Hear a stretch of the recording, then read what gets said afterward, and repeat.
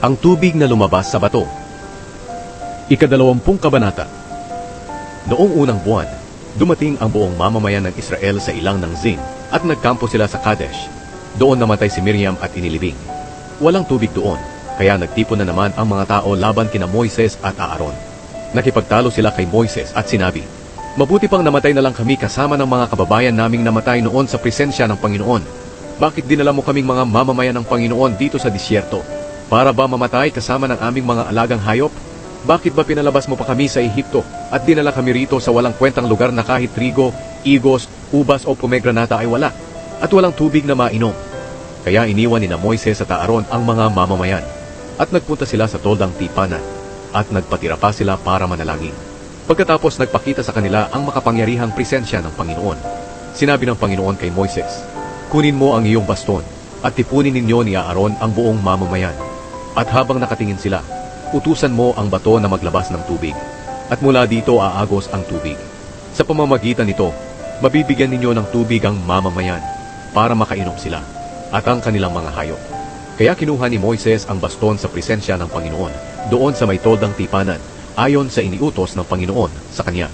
Pagkatapos tinipon ni Aaron ang buong mamamayan sa harapan ng bato at sinabi ni Moises sa kanila, "Makinig kayong mga suwail. Dapat ba namin kayong bigyan ng tubig mula sa batong ito?"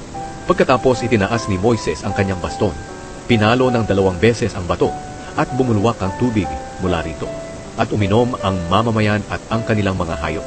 Pero sinabi ng Panginoon kina Moises at Aaron, "Dahil sa hindi kayo naniwala sa akin, na ipapakita ko sa inyo ang aking kabanalan sa harap ng mga Israelita, hindi kayo ang mamumuno sa pagdadala ng mga mamamayang ito sa lupaing ibibigay ko sa kanila." Ang lugar na ito ay tinatawag na Meriba, dahil nakipagtalo ang mga Israelita sa Panginoon sa lugar na ito, at dito rin ipinakita ng Panginoon ang kanyang kabanalan. Hindi pinayagan ng mga taga-Edom na dumaan ang mga Israelita.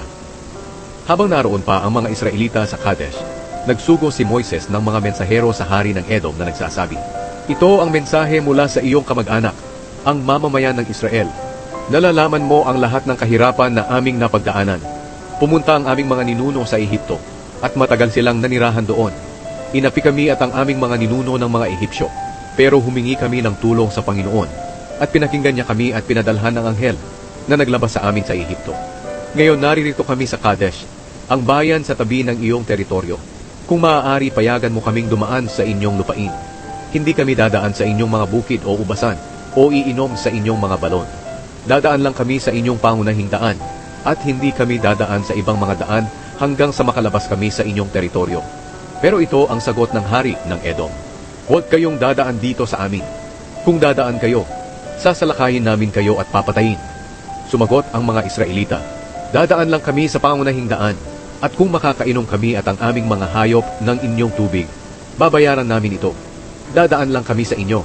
Sumagot muli ang hari ng Edom, "Hindi kayo maaaring dumaan dito." Pagkatapos tinipon ng hari ng Edom ang kanyang malalakas na sundalo para makipaglaban sa mga Israelita. Dahil ayaw magpadaan ng mga taga-Edom sa kanilang teritoryo, humanap na lang ang mga Israelita ng ibang madaraanan. Namatay si Aaron. Umalis ang buong mamamayan ng Israel sa Kadesh at pumunta sa bundok ng Hor. Doon sa bundok ng Hor, malapit sa hangganan ng Edom, sinabi ng Panginoon kina Moises at Aaron, "Dumating na ang panahon, Aaron, na isasama ka na sa piling ng mga yumaumong ninuno.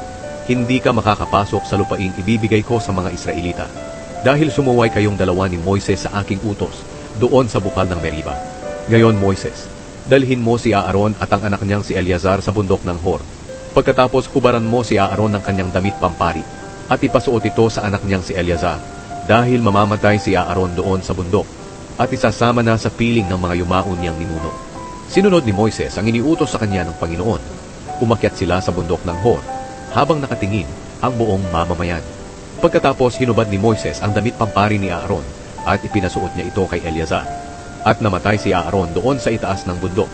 Pagkatapos, bumaba sila Moises at Eleazar mula sa bundok. Nang malaman ng buong mamamayan na patay na si Aaron, nagluksa sila para sa kanya sa loob ng 30 araw.